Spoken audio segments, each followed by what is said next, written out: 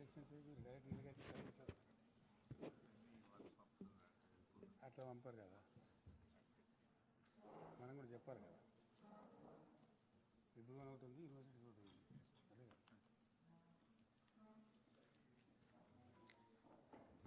చెప్పేసుకుందాం కదా.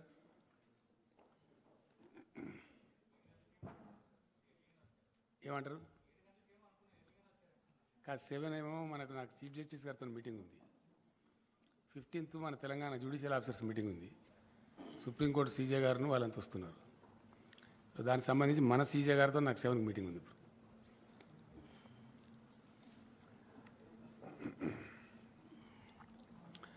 ఈరోజు జరిగినటువంటి కేబినెట్ సమావేశంలో గతంలో ఈ వికారాబాద్ జిల్లా ప్రాంతంలో, రంగారెడ్డి జిల్లా ప్రాంతంలో ఉన్న ప్రజలకు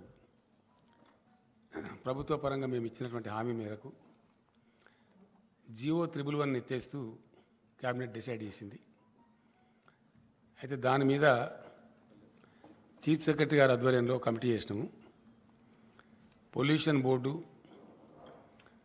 ఈ పర్యావరణానికి సంబంధించి అటవీ శాఖ, ఇతరులందరినీ కలిపి ఎట్టి పరిస్థితులలో మూసీ నది, ఈసా నది మరియు ఆ 2 జలాశయాలు కలుషితం కాకుండా ఏ పద్ధతిలో దానికి పెట్టానో గ్రీన్ జోన్స్ కూడా డిక్లేర్ చేస్తూ, మాస్టర్ ప్లాన్ కూడా ఇంప్లిమెంట్ చేస్తూ ఆ జీవో ఇంప్లిమెంట్ చేయాలని చెప్పి ఆదేశం ఇచ్చినాం. బహుశా కొద్ది రోజులలో చీఫ్ సెక్రటరీ గారు వాళ్ళందరూ సమావేశమై దానికి సంబంధించినటువంటి ఉత్తర్వులు జారీ అవుతాయి. ఇది అక్కడ ప్రాంత ప్రజలకు ఒక మంచి శుభవార్త. తర్వాత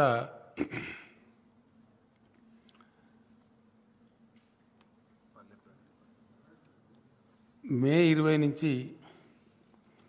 జూన్ 5వ తేదీ వరకు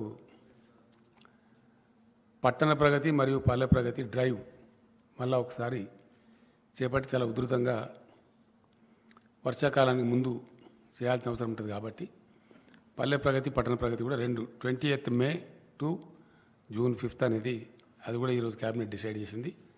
ఆ ప్రకారం దాన్ని ముందుకు పోవడం జరుగుతుంది. అట్లానే ఒక 6 ప్రైవేట్ యూనివర్సిటీలు, హైదరాబాద్కు చాలా డిమాండ్ వస్తున్నది. దానికి సంబంధించి ఈరోజు ఇన్ ప్రిన్సిపల్ క్యాబినెట్ అప్రూవ్ చేసి వారికి, అంటే ఒక అగ్రికల్చర్ యూనివర్సిటీ ఉంది, దాంట్లో పేర్లు ఐడియా ఉందా? నిక్మార్ ఉంది, ఇంకా చాలా ఉన్నాయి. అమిటీ ఉంది, CII confederation of Indian industry అని చెప్పి వాళ్ళు, అది ఉంది, చాలా టాప్ ఇది ఉంది. గురునానక్ ఒకటి ఉంది, ఇంకోటి ఎంఎన్ఆర్ అని ఒకటి ఉంది. ఇవే కదా వచ్చినాయి కదా కరెక్ట్ పేర్లు? ఏమంటారు? Kaveri agriculture university. 5 ఏమో ఇవి. సంబంధిత మంత్రులే ఉత్తర్వులు జారీ చేయాలని చెప్పి కూడా క్యాబినెట్, అంటే వాళ్ళకు ఉండే గైడ్ లైన్స్, విధి విధానాలు, వాళ్ళ అప్లికేషన్ ఫార్మాట్స్ అని కరెక్ట్గా చూసి ఏ పద్ధతిలో ఇవ్వనో ఆ పద్ధతిలో వాళ్ళకి ఇవ్వమని చెప్పి కాన్ఫెడరేషన్ ఆఫ్ ఇండియన్ ఇండస్ట్రీ అట్లనే పెడతారు వాళ్ళు. దాని సాధ్యం అట్లాంటి కోర్సెస్, అంటే వాళ్ళు జిఎంఆర్తో ఏదో టైప్లో ఉన్నారు, అక్కడ ఏరో సిటీలో అక్కడనే పెడతారు అన్నట్టు. కావేరి అంటే 2-3 సీట్ కంపెనీలు అంటున్నాయి అవి. గంగా కావేరి అని ఒకటి ఉంది, కావేరి అని ఒకటి ఉంది, వాళ్ళందరూ కలిసి అది పెట్టుకుంటారు. తర్వాత ఫార్మా యూనివర్సిటీ ఇమీడియట్గా ఫోర్స్లోకి తీసుకొని రావాలని, అది ప్రపంచంలోనే మొట్టమొదటిది కాబట్టి దానికి మొన్న ఇటీవల ఇండస్ట్రీస్ మినిస్టర్ తిరిగినప్పుడు కూడా అమెరికన్ కంపెనీస్ చాలా కూడా ముందుకు వచ్చినాయి దానిలో పార్ట్నర్షిప్ చేయడానికి, ఆ టెక్నికల్ నోహా అదంతా కూడా తీసుకోవడానికి చెప్పినాం. దేశంలోనే మొదటిసారిగా సివిల్ అవియేషన్ ప్రపంచవ్యాప్తంగా బాగా పెరుగుతూ ఉంది. ఇప్పుడు మన దగ్గర కూడా చాలా పెద్ద ఎత్తున పెరుగుతూ ఉంది. Now Hyderabad airport is the 4th largest airport in India. కోల్కతాను, మద్రాసును రెండింటిని, చెన్నైని రెండింటిని పక్కకు జరిపేసి number 1 is Delhi, number 2 is Mumbai, number 3 Bengaluru, number 4 Hyderabad. We're the 4th largest. భూభాగం దృష్ట్యా చూస్తే మనకు largest airport in India, larger than Delhi airport. ఢిల్లీది 5,000 ఎకరాలు ఉంది, మనదేమో 5,200 ఎకరాలు ఉంది శంషాబాద్ ఎయిర్పోర్ట్. సో వాళ్ళకి చెప్పిన ప్రకారంగా సెకండ్ రన్వే గురించి కూడా ఇమీడియట్ స్టెప్స్ తీసుకోమని చెప్పి జిఎంఆర్కి చెప్పినాం. మనకి ఇప్పుడు ఎగ్జాక్ట్లీ టెర్మినల్ ఏదైతే ఉందో టెర్మినల్కి సదరన్ సైడ్లో ఒక రన్వే ఉంది, ఎగ్జాక్ట్లీ టెర్మినల్ మధ్యలోకి వచ్చి నార్త్ సైడ్ ఇంకో రన్వే వస్తుందన్నమాట. సో అది కూడా హైదరాబాద్ ఎయిర్పోర్ట్లో సెకండ్ రన్వే పనులు స్టార్ట్ అవుతాయి. ప్లస్ 4th లార్జెస్ట్ ఎయిర్పోర్ట్ కింద వచ్చినాం కాబట్టి సివిల్ ఏవియేషన్ కోర్సెస్లో సివిల్ ఏవియేషన్లో ప్రపంచవ్యాప్తంగా చాలా పెద్ద ఇండస్ట్రీ అవుతున్నది కాబట్టి దాన్ని బ్రహ్మాండంగా ముందుకు తీసుకుని పోమని చెప్పినాం.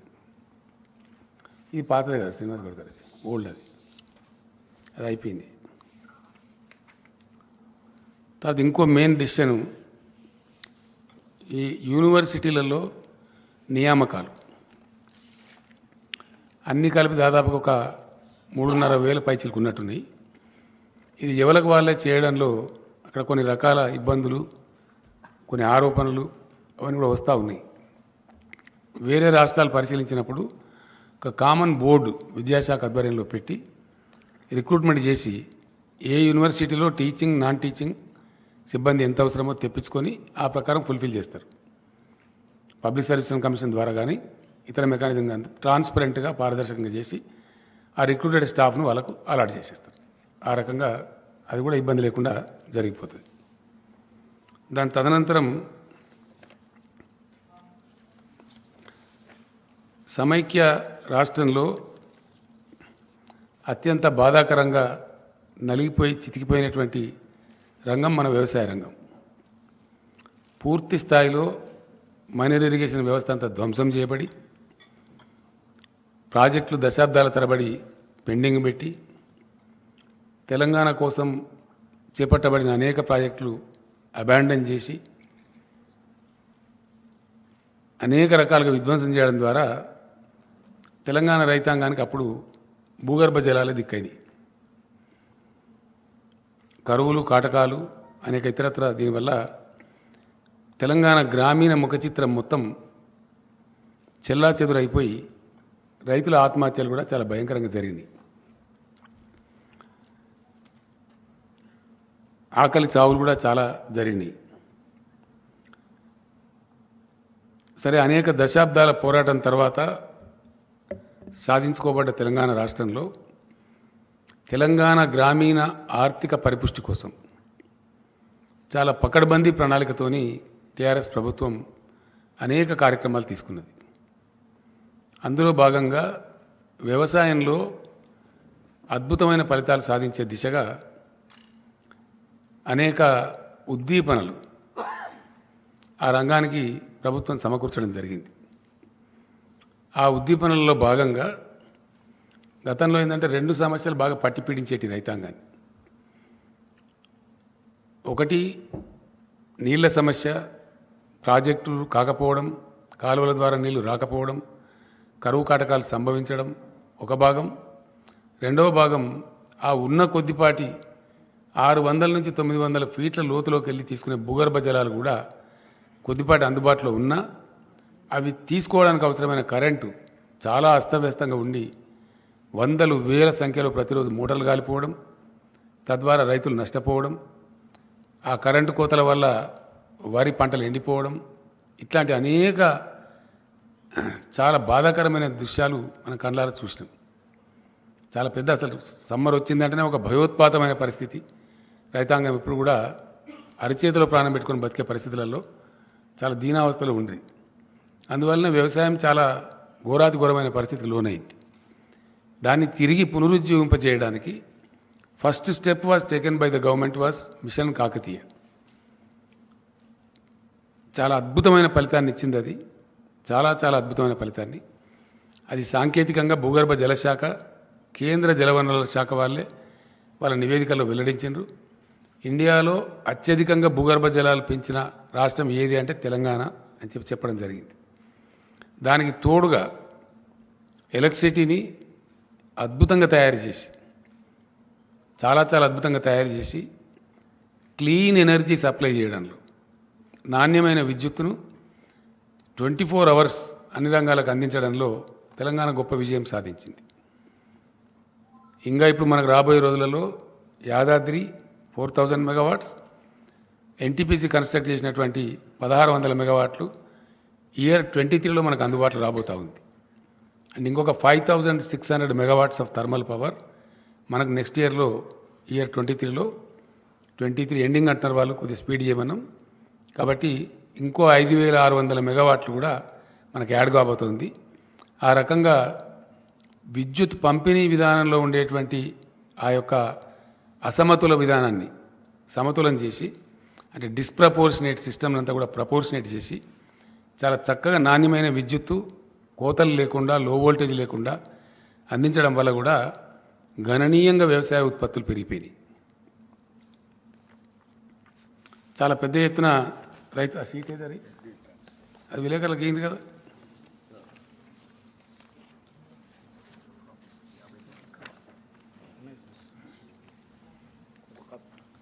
కాపీ ఏదిరా బాబు, మీ దగ్గర పెట్టుకుంటే విలేకరులకు ఇవ్వాలి కానీ.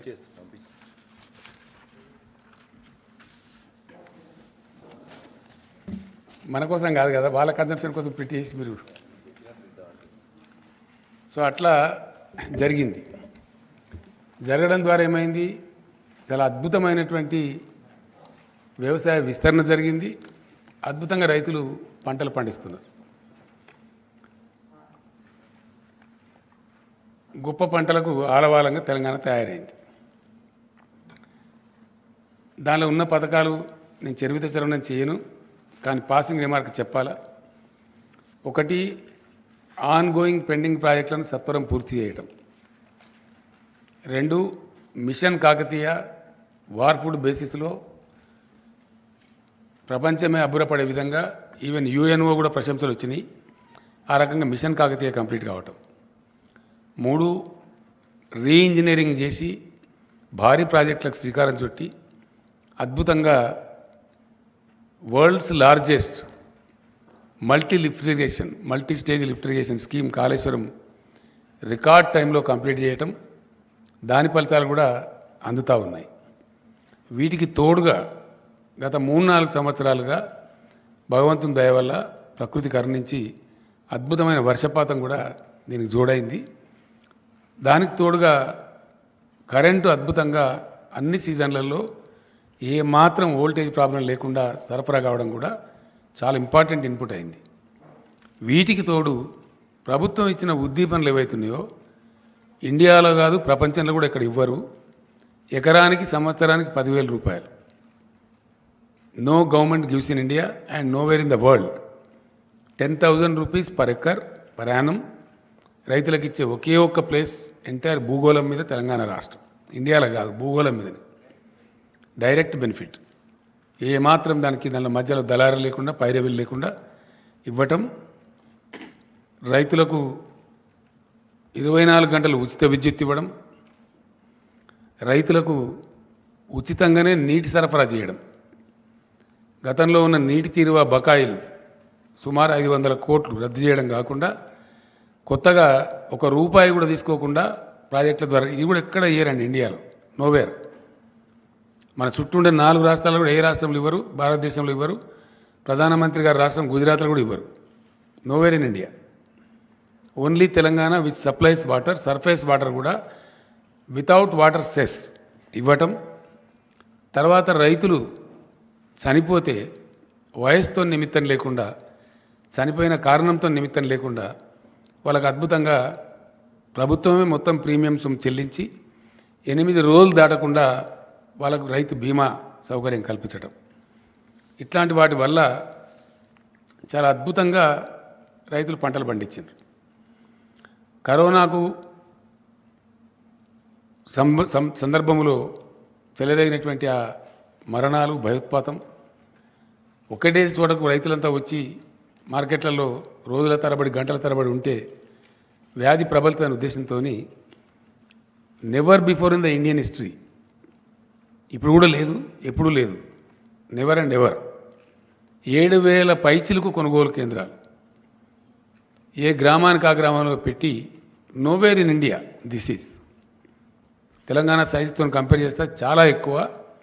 ఏ ఊరికి ఆ ఊర్లోనే కొనుగోలు కేంద్రాలు ప్రప్రథమంగా పెట్టి ఎంటైర్ అడ్మినిస్ట్రేషన్ గేరప్ చేసి ధాన్యం కొనుగోలు చేసి, ఆ కొనుగోలు చేస్తే కూడా వారానికో 10 రోజులకో నెలకో అన్నట్టు కాకుండా జస్ట్ వితిన్ 3-4 డేస్ అది కూడా డైరెక్ట్గా బ్యాంక్ అకౌంట్లోకి, రైతు అకౌంట్లోకి ఇక్కడి నుంచే డబ్బులు పంపించడం, మధ్యలో జిల్లా నుంచో మండలం నుంచో ఇంకో డిపార్ట్మెంట్ నుంచో కాకుండా finance department civil supplies corporation ద్వారా రూట్ చేసి డైరెక్ట్గా రాష్ట్ర ప్రభుత్వం వారి ఖాతాల్లో వేయడం చాలా చాలా చాలా సానుకూలమైనటువంటి ఒక పవనం వీచింది. దాంతో పంటలు పండడం కోసం ఇచ్చే డబ్బులు కానీ, కరెంటు కానీ, నీళ్లు కానీ, ఇతర ప్రోత్సాహాలు కానీ, కల్తీ లేని విత్తనాలు అందించే ప్రయత్నాలు కానీ, కల్తీ మీద first state in India to bring PD act కానీ, వీటన్నిటి వల్ల అద్భుతంగా వచ్చింది. దాంతోపాటు కొనుగోళ్ళు ఎక్కడికక్కడనే జరిగి 3వ రోజుకు 4వ రోజుకి వారి బ్యాంకులోకి క్లీన్గా డబ్బులు రావడం, అకౌంట్లో జమ కావడం ఎక్కడ ఉండదండి ఇండియా మొత్తంలో. ఏ స్టేట్లో కూడా ఉండదు, అసలే ఉండదు కాక ఉండదు. ఆ విధంగా జరగడం వల్ల వీటన్నిటి సమాహారంగా రైతులు అద్భుతంగా ధాన్యం పండిస్తూ ఉన్నారు. అయితే ఇంకా చాలా ఉన్నాయి. వెరసి జరిగింది ఏంది? నెట్ రిజల్టు అంటే 1 కోటి ఎకరాల విస్తీర్ణం పెరిగింది, 2 పంటలు కలిపి 1 కోటి పైచిలుకు. 2014-15 to 2022 more than 1 crore acres. ఈ మల్టిపుల్ యాంగిల్స్లో ఈ పనులన్నీ జరిగేటప్పటికీ ఆలోచించిన పద్ధతిలో, ఆశించిన పద్ధతిలో అవన్నీ కరెక్ట్గా సింక్రనైజ్ కావటం మూలాన 1 కోటి ఎకరాలలో విస్తీర్ణం పెరిగి పంటలు చాలా బ్రహ్మాండంగా పండుతున్నాయి. అయితే పూర్తి స్థాయిలో రైతు వ్యతిరేకంగా పనిచేస్తున్నటువంటి ప్రభుత్వం కేంద్రంలో ఉండటం భారత రైతాంగం యొక్క దురదృష్టం పూర్తి స్థాయిలో. ఎందుకంటే 13 నెలల పాటు లక్షలాది మంది రైతులు దేశ రాజధానిలో ధర్నా కూర్చున్న పరిస్థితి మనం చూసినాం. చివరికి ఆ చట్టాలు రద్దు చేసుకొని భారత ప్రధానమంత్రే క్షమాపణ వేడుకున్నటువంటి పరిస్థితి కూడా మనం చూసినాం. అంటే ఎంత దిక్కుమాలిన, ఎంత దరిద్రం కొట్టు ప్రభుత్వం కేంద్రంలో ఉన్నదనే దానికి ఇది ఒక సంకేతం. అది యథాతథంగా మీ అందరూ ప్రత్యక్ష సాక్షులు.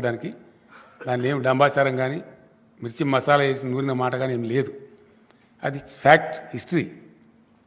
ఏది 13 నెలల పాటు నిరంతరంగా రైతులు ఉద్యమించటం దేశ రాజధానిలో, వాళ్ళని అనేక రకాలుగా తూలనాడి, వాళ్ళని ఖాళిస్తాన్ ఉగ్రవాదులని, ఇంకోటని ఆందోళన జీవులని అవమానపరిచి ఇన్సల్ట్ చేసి ఫైనల్గా ప్రధానమంత్రి క్షమాపణ చెప్పి ఆ చట్టాలు వాపసు తీసుకున్న పరిస్థితులు మనం చూసినాం. అట్లానే ఈరోజు వ్యవసాయ రంగాన్ని మొత్తం కార్పొరేట్లకు అప్పగించాలని ఒక బలమైన కుట్ర కేంద్రం చేస్తూ ఉంది. అంటే రైతులు వాళ్ళ భూములన్నీ కార్పొరేట్ కంపెనీలకు అప్పగించాలి, దానిలోనే జీతకాలుగా పనిచేయాలి. ఇది అల్టిమేట్ కుట్ర. దాన్ని దృష్టిలో పెట్టుకొని వ్యవసాయ రంగాన్ని కుదేలు చేయాలని చెప్పి అనేక దుర్మార్గాలు చేస్తూ ఉన్నారు. మేము డిమాండ్ చేసినాం, గ్రామీణ ఉపాధి హామీ పథకాన్ని వ్యవసాయానికి అనుసంధానం చేయండి అంటే చెయ్యరు. ఆ కూలీలంతా వస్తారు, చౌకగా వస్తారు, రైతులకు లాభసాటిగా ఉంటుంది, ఏ ఊరికి ఆ ఊరిలో పని దొరుకుతుంది, ప్రతి ఊరిలో వ్యవసాయం ఉంటుంది కాబట్టి అంటే అది చెయ్యరు. 2 ఆ మేనిఫెస్టోలో పెడతారు కానీ అమలు చేయరు. వాళ్ళ ఎన్నికల హామీలో పెట్టినరు కానీ అమలు చేయరు. 2 ఎరువుల మీద ధరలు పెంచిండ్రు.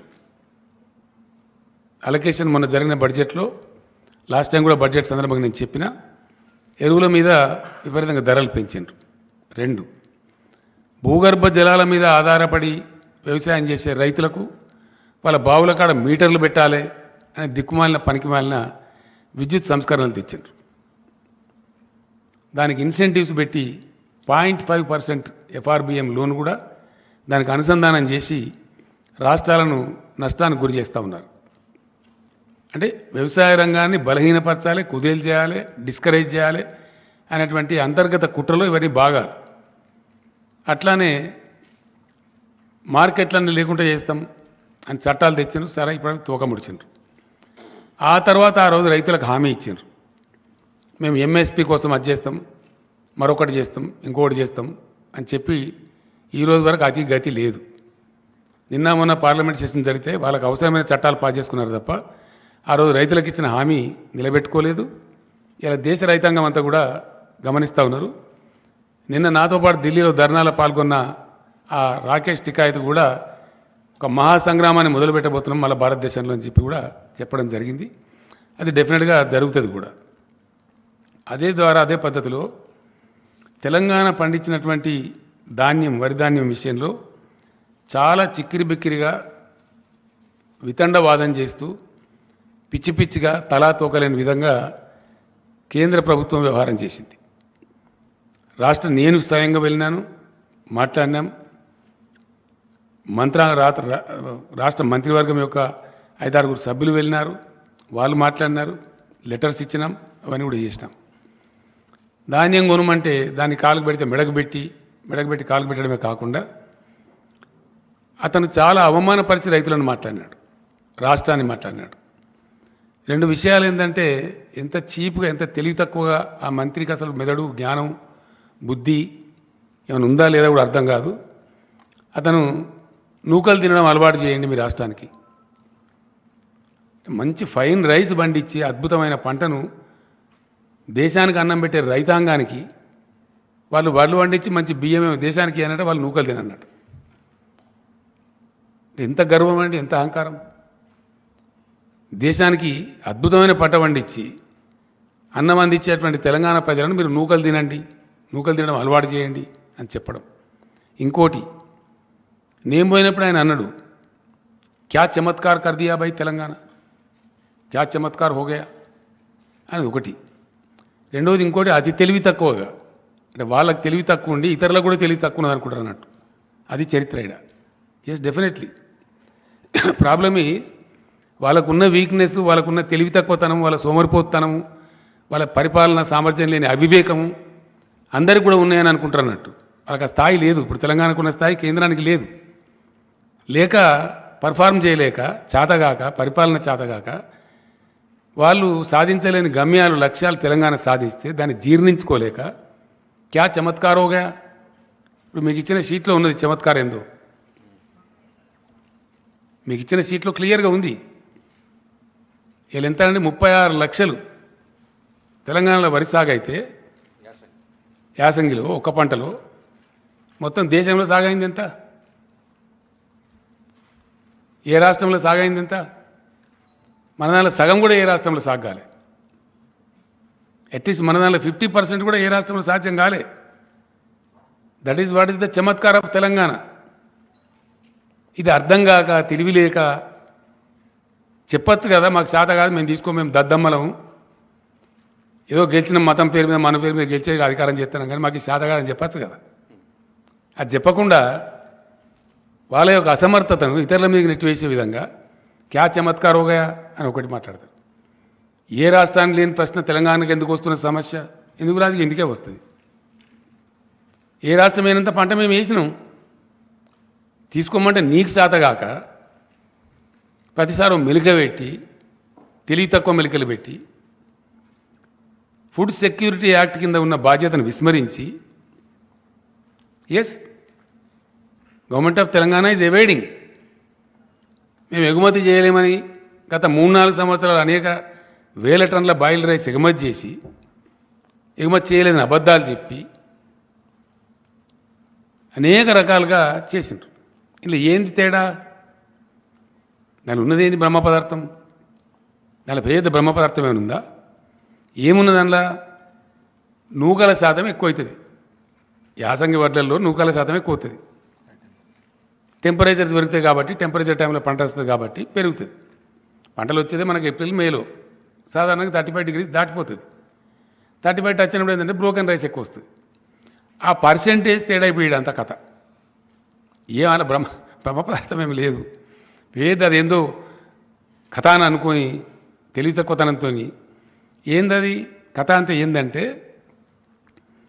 67 కిలోల బియ్యం వస్తుందండి మామూలు టైంలో పడితే. దానిలో సగం ఇప్పుడు వస్తుంది. 100 కిలోల వడ్లు పట్టినట్టయితే అదే వర్షాకాలంలో వడ్లకేమో 67 కిలోల బియ్యం వస్తుంది. యాసంగి ధాన్యానికి ఏమొస్తుంది? 35, 34, 35 కిలోలు వస్తుంది. ఆ రాని శాతం ఏదైతే ఉందో అది తేడా వస్తుంది. ఆ డబ్బు కేంద్రం భరించాలా? వాస్తవానికి ఎందుకు భరించాలా? దేనికోసం భరించాలా అంటే భారతదేశం యొక్క ఆహార భద్రత రాజ్యాంగ విహితంగా రాజ్యాంగబద్ధంగా కేంద్ర ప్రభుత్వానికి అప్పచెప్పబడ్డది. కాబట్టి ఆ ఆహార భద్రత కాపాడేటప్పుడు ఆహార నిల్వలు పెట్టాలి దేశంలో. చాలా సింపుల్ విషయం ఇది, దీనిలో ఏదో పెద్ద బ్రహ్మపదార్థం లేదు. ఆ బాధ్యత ఉంది కాబట్టే దానిలో నుంచి ఉద్భవించిందే ఫుడ్ కార్పొరేషన్ ఆఫ్ ఇండియా. ఆ ఫుడ్ కార్పొరేషన్ ఆఫ్ ఇండియా దగ్గర లక్షల కోట్ల టన్నులు స్టోర్ చేసి ఉంచేటువంటి సామర్థ్యం ఉంటుంది, శక్తి ఉంటుంది. ఇతర ఏ రాష్ట్రానికి కూడా ఆ స్టోర్ చేసే శక్తి సామర్థ్యాలు ఉండవు. టెంపరీ ట్రాన్సిట్ స్టోరేజ్ సామర్థ్యం ఉంటుంది తప్ప శాశ్వతంగా ఉండదు. కాబట్టి ఫుడ్ కార్పొరేషన్ ఆఫ్ ఇండియా ఈ పంటలు తీసుకొని దాన్ని మళ్ళీ వితరణ చేసే సందర్భంలో కొద్దిపాటి లాస్ వస్తే వస్తుందో 5,000 కోట్లు 10,000 కోట్లు వస్తుంది, దాన్ని భరించాలి. కొన్ని సందర్భాల్లో ప్రపంచంలో కరువు వచ్చినప్పుడు ఎక్స్పోర్ట్ చేస్తే లాభం కూడా వస్తుంది. కొన్నిసార్లు లాభం వస్తుంది, కొన్నిసార్లు నష్టం వస్తుంది. అది మేము భరించలేము అని చెప్పలేక భరించరు. ఎందుకంటే దానిలో సీక్రెట్ ఉంది. సీక్రెట్ ఏంది? తెలివి తక్కువ ప్రభుత్వం కేంద్రంలో ఉన్నది. ఇప్పుడు ఎంత తెలివి తక్కువ, ఎంత దుర్మార్గమైన, ఎంత హీనమైన నీచమైన ప్రచారాలు చేస్తారండి. ట్యాక్సేషన్లో 2 భాగాలు ఉంటాయి, కేంద్ర పన్నులు, రాష్ట్ర పన్నులు. డెఫినెట్గా కేంద్రం ఈ పన్నులు వసూలు చేయాలా, రాష్ట్రాలకు ఈ పన్నులు వసూలు చేసుకోవాలని ఉంటుంది. దానిలో ఇప్పుడు పెట్రోల్ డీజిల్ మీద రాష్ట్రానికి కూడా కొంత ఉంటుంది, వ్యాట్ వేసుకునే అవకాశం ఉంటుంది. మేము వచ్చిన కాడ నుంచి గవర్నమెంట్ మేము పెంచలేదు, నా దించలేదు. ఆ వ్యాట్ ఉన్నంతనే ఉన్నది. 2015లో ఒకసారి అది జీరోలలో ఏదో ఉంటే దాన్ని రౌండ్ ఫిగర్ చేసినాం. జస్ట్ జీరోలలో ఉండేది, అంటే 60 పైసలు 30 పైసలు ఉంటే దాన్ని ₹1 చేసినాం. రౌండ్ ఫిగర్ చేస్తే కలెక్షన్ ఈజీ ఉంటుంది, ఇచ్చే వాళ్ళకైనా తీసుకునే వాళ్ళకైనా. అంతకుమించి తెలంగాణ వచ్చిన కానీ తెలంగాణ చరిత్రలో పెట్రోల్ మీద డీజిల్ మీద మేము పైసా పెంచలే. యాజ్ ఇట్ ఈజ్ ఉన్నాయి రేట్లు, స్టేట్ ట్యాక్స్. కానీ సెంటరు రోజుకు ₹1, రోజుకు బారానా, రోజుకు ₹1, ₹2 పెంచి దానికి ఏం ప్రచారం చేస్తారండి? స్టేట్ ట్యాక్స్ తగ్గించానట. మరి నువ్వెందుకు పెంచాలా? నువ్వు దేనికోసం పెంచుతున్నావు నాకు అర్థం కాదు. స్టేట్ ట్యాక్స్ తగ్గించాలని నువ్వు చెప్తున్నావు, నువ్వు పెంచాలా మేము తగ్గించానా? అంటే నీ జేబు నిండాలి, మా జేబు ఖాళీ కావాలి. దీని అనుకున్న ఫిలాసఫీ ఏంటండి? భారతీయ జనతా పార్టీ ఆర్ఎస్ఎస్ వాళ్ళ యొక్క ఫిలాసఫీ ఏంటంటే బలమైన కేంద్రం, బలహీనమైన రాష్ట్రాలు. వీళ్ళు ఆర్థికంగా దివాలా తీయాలి. రాష్ట్రాలు చిప్పబట్టుకొని నిలబడాలి లైన్లా, వాళ్ళ చెప్పు చేతలలో ఉండాలి. అంటే ఇది ఫెడరల్ సమాఖ్యకు పూర్తి విరుద్ధమైనటువంటి, టోటల్ అగెనిస్ట్ ఉండేటువంటి ఒక దిక్కుమాలిన సిద్ధాంతం.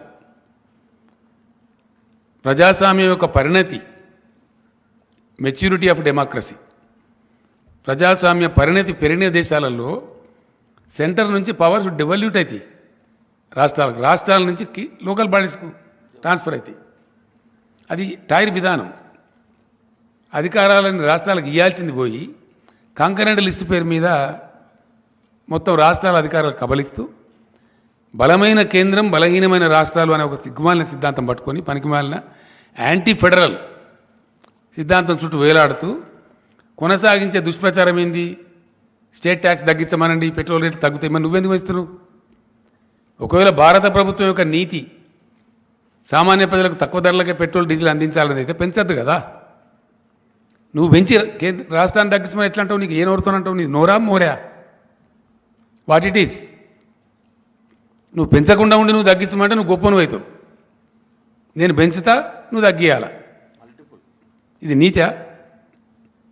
ఇటువంటి సిద్ధాంతంతో ఫుడ్ సెక్యూరిటీ బాధ్యత మీ మీద ఉండంగా కూడా దాని నుంచి తప్పించుకుంటూ, దాని నుంచి పారిపోతూ, వెన్ను చూపుతూ చేసే అరాకిరి ఏందండి? కిరికిరేంది?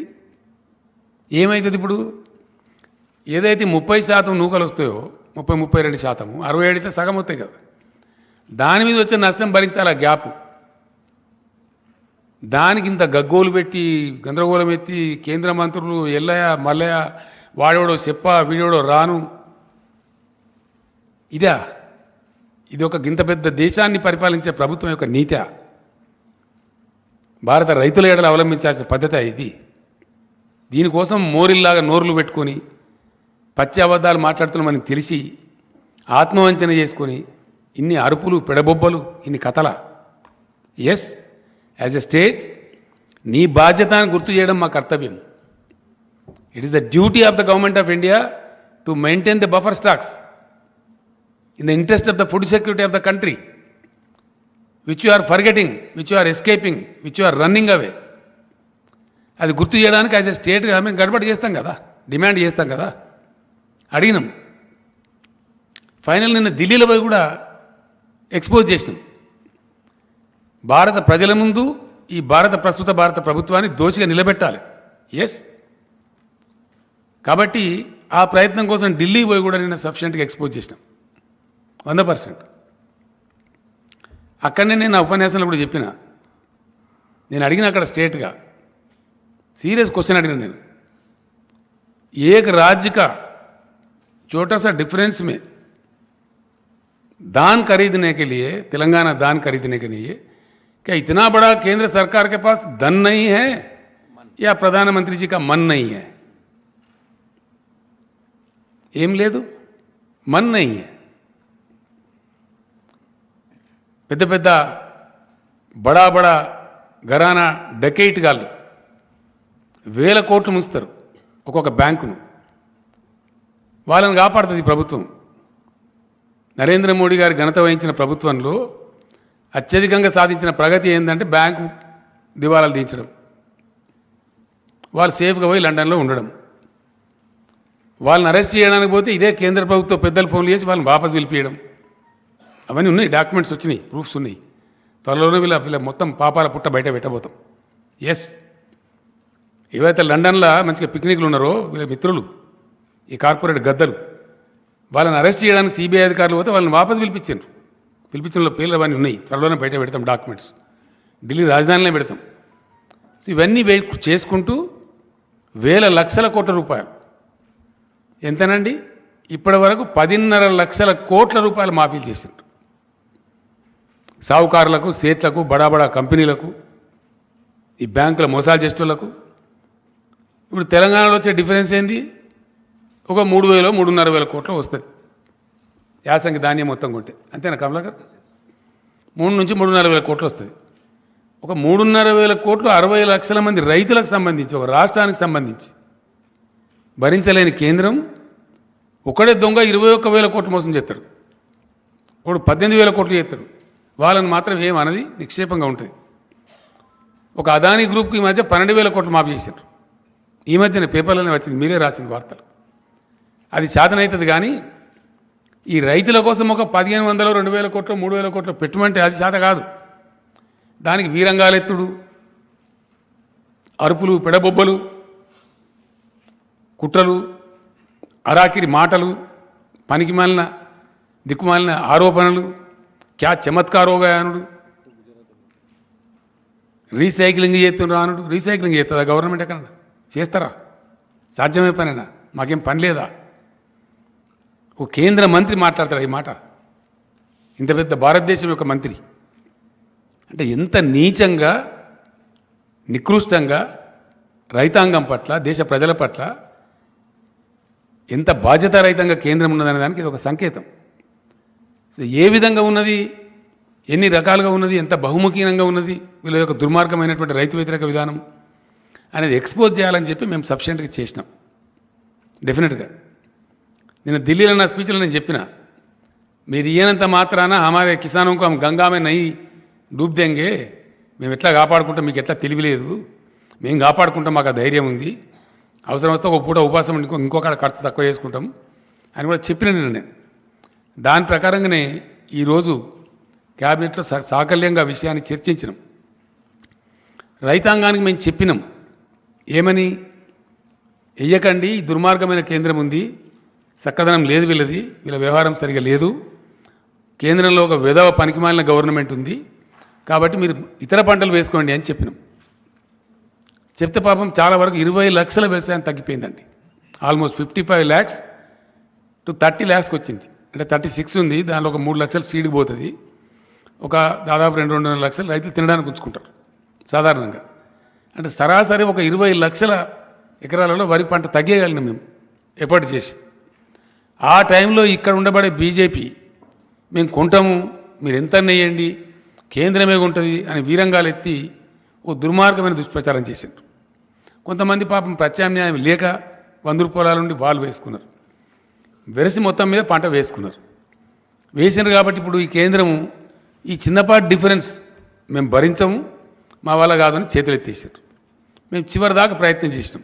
ఇప్పుడు పంటలు వచ్చేస్తున్నాయి, ఆల్మోస్ట్ ఫుల్ స్పీడ్లో కోతలు స్టార్ట్ అయిపోయినాయి ముమ్మరంగా. కాబట్టి తెలంగాణ రైతాంగాన్ని ఫ్రీ సబ్సిడీ కోసం మేము ఇచ్చే ఖర్చు 12,000 కోట్లండి ఎలక్ట్రిసిటీ బోర్డుకు. రైతు బంధు కోసం రాష్ట్ర ప్రభుత్వం చేసే ఖర్చు 15,000 కోట్లు. రైతు బీమా కోసం మేము పెట్టే ఖర్చు 1,600 కోట్లు. నీటి తీర్వాలు గిటి తీర్వాలు తీసుకోకుండా ఫ్రీ వాటర్ సప్లై చేస్తాం, తద్వారా కొంత నష్టం వస్తుంది. ఇన్ని రకాలుగా రైతాంగాని కోసం ఖర్చు చేసి తెలంగాణ గ్రామసీమలలో ఆనందం రావాలి, రైతు బాగుంటే ఆయన చుట్టూండే పనిముట్లు చేతి వృత్తుల వాళ్ళు కూడా బాగుంటారు, కుల వృత్తుల వాళ్ళు బాగుంటారు, గ్రామంలో ఒక సంతోషకరమైన వాతావరణం వస్తుంది చేసిన ప్రయత్నాన్ని ఈ శిలరమల్లర కేంద్ర ప్రభుత్వం తినాకరిస్తే మేము మా రైతాంగాన్ని చిలగొట్టుకోదలుచుకోలేదు. డెఫినెట్గా ఈ యాసంగి వడ్లను ఒక గింజ కూడా లేకుండా రాష్ట్ర ప్రభుత్వమే కొనుగోలు చేయాలని చెప్పి cabinet has taken a decision. దానికి ఆ వచ్చే వ్యత్యాసం ఎంత, ఆ వ్యత్యాసానికి మేము భరించాల్సింది ఎంత అనే దానికి ఒక 4 ఎక్స్పర్ట్స్ దాంతో చీఫ్ సెక్రటరీ ఆధ్వర్యంలో ఒక కమిటీ వేసినాం. ఆ కమిటీలో చీఫ్ సెక్రటరీ గారు, ఫైనాన్స్ సెక్రటరీ గారు, అగ్రికల్చర్ సెక్రటరీ గారు, ఇరిగేషన్ సెక్రటరీ గారు. ఇరిగేషన్ సెక్రటరీ గారు గతంలో సివిల్ సప్లైస్ కమిషనర్ కూడా పనిచేసిండు, ఆయనకు అనుభవం ఉంది. ఈ 4 కలిపి మేము కమిటీ వేసినాం. తక్కువ నష్టంతో ఈ ధాన్యం కొనాలి, డిస్పోజ్ కావాలి. ధాన్యం కొనుగోళ్లకు బ్రహ్మాండంగా రేపటి నుంచే యుద్ధ ప్రాతిపదికన కలెక్టర్లతో వీడియో కాన్ఫరెన్స్ పెట్టమన్నాం, ఆదేశాలు ఇచ్చినాం. గౌరవ మంత్రులందరినీ కూడా రిక్వెస్ట్ చేసినాం. రేపు ఇమీడియట్ జిల్లా కేంద్రాలకు పోయి టోటల్ అడ్మినిస్ట్రేషన్ గేరప్ చేసి ప్రతి ఊరిలో in each and every village కొనుగోలు కేంద్రాలు స్టార్ట్ చేయమని చెప్పినాం. రాబోయే 2-3 రోజుల్లో మొత్తం ఎస్టాబ్లిష్ చేసి సివిల్ సప్లైస్ మినిస్టర్ గారు దానికి అవసరమైన గోనె సంచులు, మన్ను, మశానం ఏమేమి ఉంటుందో ఆ తతంగం అంతా ఆ డిపార్ట్మెంట్ చూసుకుంటుంది. దానికి ఏవేవైతే అవసరాలు ఉంటాయో సివిల్ సప్లైస్ డిపార్ట్మెంట్ వాళ్ళు కోఆర్డినేట్ చేస్తారు. ఇక్కడ సమర్థవంతమైన ప్రభుత్వం ఉంది కాబట్టి, డెలివరీ చేయగలిగిన ప్రభుత్వం ఉంది కాబట్టి, నిర్ణయం తీసుకుంటే చాలా కఠినంగా పడతరంగా డెలివరీ చేసేటువంటి ఒక పటిష్టమైన ప్రభుత్వం ఉంది కాబట్టి వితిన్ 3-4 days మొత్తం కొనుగోలు చేస్తాం. నేను రైతాంగాన్ని విజ్ఞప్తి చేస్తా ఉన్నా, ఒక్క గింజ కూడా తక్కువ ధరకు అమ్మకండి. 1960 రూపాయల ఎంత ఉంది అది, 1960 ఏదైతే ఎంఎస్పి ఉందో టంచన్గా 1960 రూపాయలు మీకు చెల్లిస్తాము. గతంలో ఎట్లయితే మీ బ్యాంకులకు వచ్చినాయో అదే పద్ధతిలో మీ బ్యాంకులకు వస్తాయి. ఈ దిక్కుమాలిన కేంద్రం మనకు మొండి చేసి చూపించినంత మాత్రం మనకు చిన్నబుచ్చుకునేది ఏం లేదు. ఎందుకంటే ఎప్పుడు చూడని నీళ్లు చూస్తున్నారు, ఎప్పుడు చూడని కరెంటు చూస్తున్నారు. మంత్రివర్గంలో మాకు అదే చర్చ జరిగింది. ఎందుకంటే ఎప్పుడు ఇదివరకు లేనటువంటి ఒక ఫీల్ గుడ్, ఒక అద్భుతమైనటువంటి ఉల్లాసభరితమైన వాతావరణం గ్రామసీమలలో ఉంది. పొలాలు పచ్చగా కనబడుతున్నాయి. పల్లె పల్లెలో పల్లేరులు మొలిసే పాలమూరులో అనే కాడ పల్లె పల్లెలో పంటలు పండే పాలమూరు కాడ అని చెప్పి ఇప్పుడు ప్రజలు పాడుకుంటున్నారు. ఎస్, అదే కవి చెప్పిండు నాకు. పీరీల పండుగ అప్పుడు గోరేటెంకన్న గారు వాళ్ళ ఊరిలో ఉండే, నేను తెల్లారి రమ్మని చెప్తే వచ్చిండు ఆయన. ఎక్కడికి పోయిందంటే అక్కడ పోయినా, మా ఊరికే పోయినా. ఇంతకుముందు ఎడారిలాగా ఉండేసరి ఇప్పుడు కోనసీమలాగా ఉందని చెప్పిండు ఆయన. అంత అద్భుతంగా పంటలు పండుతున్నాయి కాబట్టి ఆ వాతావరణం డిస్టర్బ్ చేయొద్దు, మళ్ళీ మన గ్రామసీమలలో వెల్తి తేవద్దు. సరే, మనకు 2,000-3,000 కోట్లు 4,000 కోట్ల ఖర్చు అయినా మంచిదే, రైతాంగాన్ని చిన్నబుచ్చొద్దని చెప్పి ప్యూర్లీ రైతుల యొక్క ఇంట్రెస్ట్లో ఈ కొనుగోలు చేయాలని నిర్ణయించినాం. కాబట్టి రైతులు ఎవ్వరు కూడా ధాన్యం తక్కువ ధరకు అమ్మకండి, నో డిస్ట్రెస్ సేల్. ప్రతి గింజ ప్రభుత్వం కొంటుంది, ఒకరోజు వెనుకనో ముందో. కాబట్టి దాన్ని చేయాలని చెప్పి కోరుతున్నాను నేను. మీరు తక్కువ ధరకు అమ్ముకోవద్దు. దాని తర్వాత రెండవ విషయం ఏంటంటే, తెలంగాణ రాష్ట్రం తరఫున నేను మొన్ననే చెప్పిన, తప్పకుండా నిన్న మొన్న నాకుండే చిన్న ఆరోగ్య సమస్య వల్ల ఢిల్లీలో దాదాపు 8 రోజులు గడిపిన నేను. చాలామంది మిత్రులు కలిసిండ్రు, చాలామంది ఎకానమిస్టులు కలిసిండ్రు, రాజకీయ నాయకులు కూడా కలిసిండ్రు, కొందరు ఫోన్లో మాట్లాడింది, కొందరు కలిసిండ్రు, రకరకాలు జరిగింది. భారత మేధోవర్గం మొత్తం ఆలోచిస్తూ ఉంది. అలా భారతదేశాన్ని ఇప్పుడున్న ప్రభుత్వం, అధికార పార్టీ బీజేపీ ఒక దుర్మార్గమైనటువంటి, అనారోగ్యకరమైనటువంటి, అనాలోచితమైన విధానంలో వాళ్ళ సంకుచిత రాజకీయాల కోసం మతోన్మాదాన్ని పెట్టిరేగేటువంటి ప్రయత్నం చేస్తూ ఉన్నారు. అన్ని రకాలుగా దేశాన్ని దెబ్బతీసిండ్రు. జీడిపి మొత్తం నాశనం అయిపోయింది, ఎకానమీ చెల్లాచెదురైంది, నిరుద్యోగ సమస్య పెరిగింది, ఆరోగ్య సమస్యలు పెరిగినాయి, పరిశ్రమలు మూతపడుతున్నాయి, అన్ఎంప్లాయ్మెంట్ పెరిగిపోయింది, హంగర్ ఇండెక్స్లో కూడా క్షీణించిపోయింది, ఇబ్బడి ముబ్బడిగా విపరీతమైన సెస్సుల రూపంలో ప్రభుత్వం ట్యాక్సులు పన్నులు విధిస్తూ ఉంది, నిత్యావసరాల ధరలు పెంచుతూ ఉంది, సామాన్య ప్రజలు నడ్డి విరుస్తూ ఉంది. లెక్క లేకుండా అలక్ష్యంగా అన్ని పెంచడం, వాళ్ళకు ఒక అహంకారం తలకెక్కింది బాగా, నిష, అధికార నిష.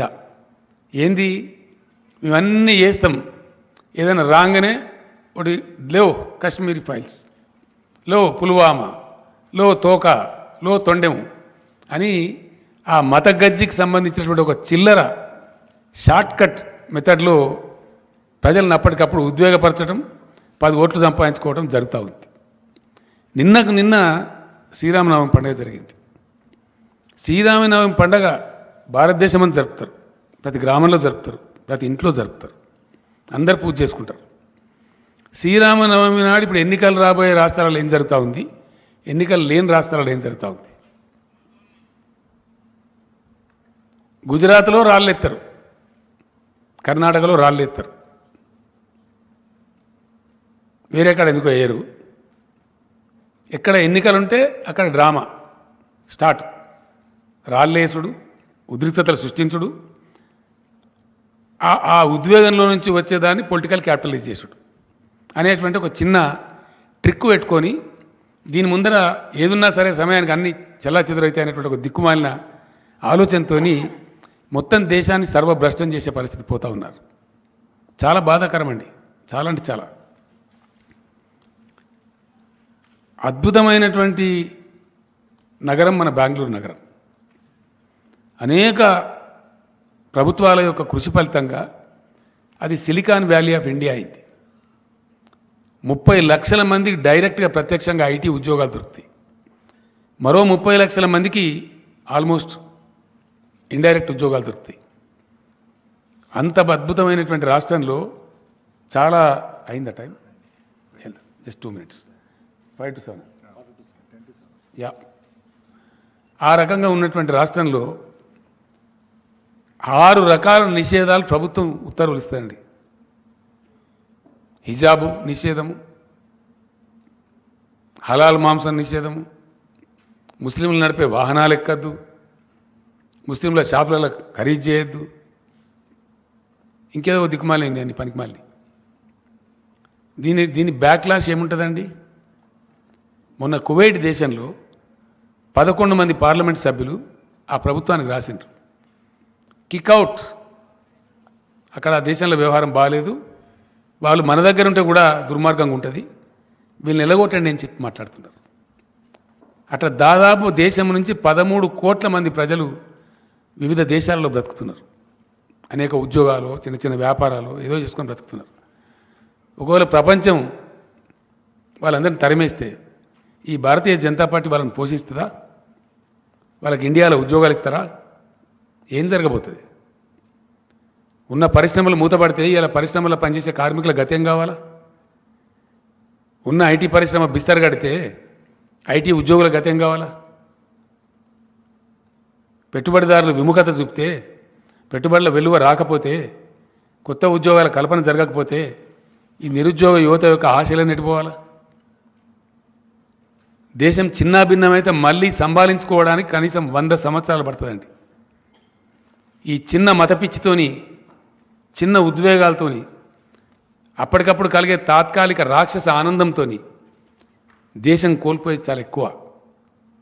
దేశం అతి భారీ మూల్యం చెల్లించక తప్పదు.